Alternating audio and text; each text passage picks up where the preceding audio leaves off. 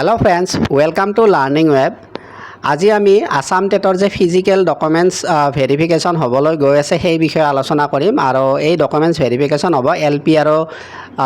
আৰু U P Assam টেটৰ বাবে আৰু ইতিমধ্যে আপোনালোকে গমেই পাইছে চাগে তথাপি মই ভিডিঅ'টো আনিলোঁ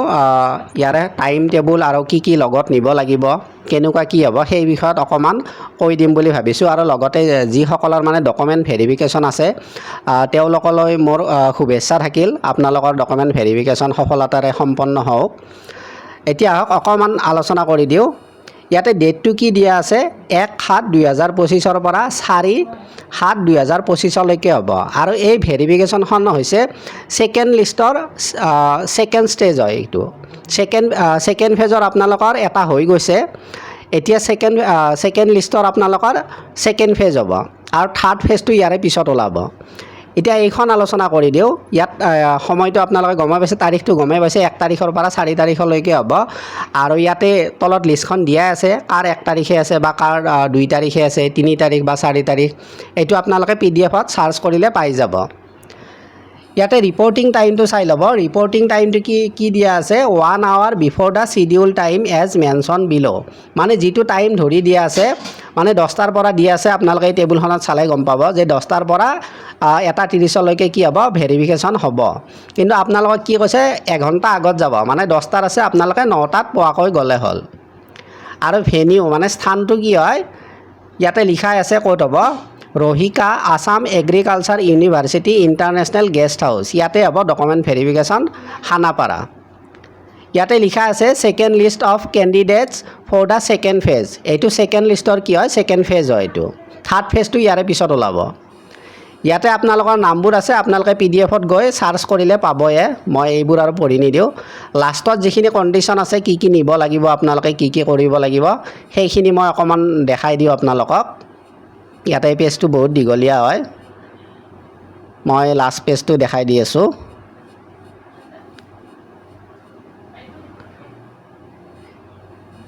এইখিনি পঢ়িব এইখিনি খুবেই ইম্পৰ্টেণ্ট হয় মই কৈ দিছোঁ ইয়াতে কি দি আছে the candidates are hereby আছ to comply the notice regarding proof of in service teacher only for the candidates with 18 months DLED from NIOS ইয়াত কি কৈছে যিবোৰ NIOS আছে নিউজ আছে সেই কেণ্ডিডেটৰ বাবে এইটো পইণ্ট নাম্বাৰ 1 টো হয় তেওঁলোকৰ পৰা কি বিচাৰিছে তেওঁলোকৰ ইন ছাৰ্ভিচ প্ৰুফ লাগে মানে যিখন বিদ্যালয়ত আগতে কাম কৰিছিলে তেখেতসকলে প্ৰাইভেটৰ কথা কৈছে আৰু প্ৰাইভেট স্কুলত কাম কৰিছিলে সেইখন স্কুলত যে তেওঁলোকে ছাৰ্ভিচ কৰিছিলে তাৰে প্ৰমাণপত্ৰখিনি নিব লাগে আৰু NIOSৰ বিষয়ত এখন নটিচ আহিছিল কি লাগিব আপোনালোকে সেইখন চাইছেই চাগে চোৱা নাই যদি আৰু এবাৰ চাই ল'ব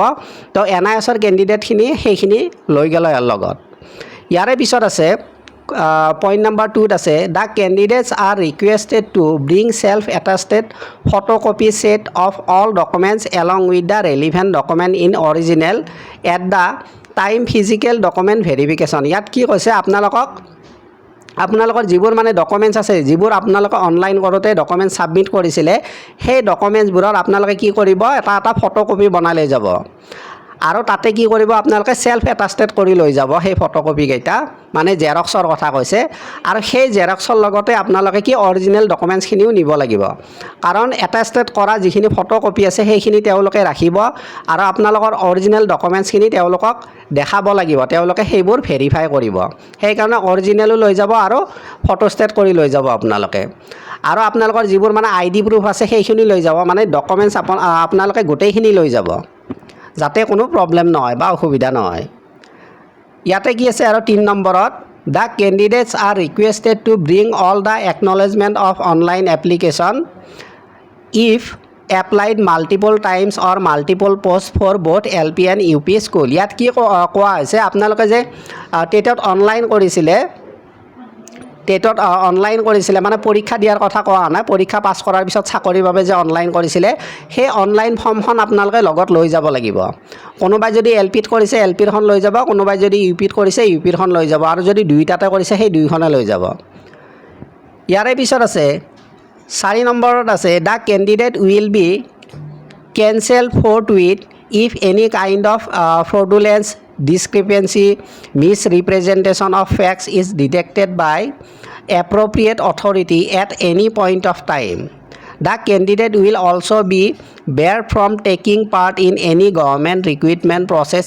in future, and subsequent legal action will also be initiated against such candidate. ইয়াত কি কোৱা হৈছে, এইটো এটা ইম্পৰ্টেণ্ট পইণ্ট হয়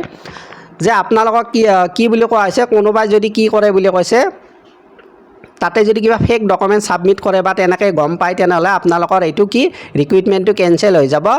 আৰু কি ফাৰ্ডাৰ ৰিক্ৰুইটমেণ্ট প্ৰচেছ আপোনালোকে ভৱিষ্যতেও গভৰ্ণমেণ্ট ৰিক্ৰুইটমেণ্টৰ ক্ষেত্ৰত এপ্লাই কৰিব নোৱাৰিব, সেই কথাটো কৈছে। আশা কৰোঁ তেনেকুৱা কোনো নকৰে, সকলোৱে বুজি পায়। তথাপি পইণ্টটো আছে, মই বঢ়াই দিলোঁ। ইয়াতে 5th নম্বৰত আছে,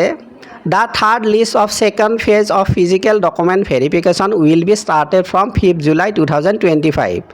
ইয়াতে কি কোৱা হৈছে, যিখন মানে থাৰ্ড লিষ্ট, ইয়াৰে পিছত আৰু কেণ্ডিডেট আছে নহয়, থাৰ্ড লিষ্টখন কেতিয়া ওলাব, 5th জুলাই। যাৰ নাম অহা নাই এইখন লিষ্টত, তেওঁলোকে মানে চিন্তা কৰাৰ প্ৰয়োজন নাই, সকলোৰে নাম আহিব আৰু তেওঁলোকৰ নাম খুব সম্ভৱ এই থাৰ্ড লিষ্টখনত আহিব। আৰু এইখন কেতিয়া ওলাব,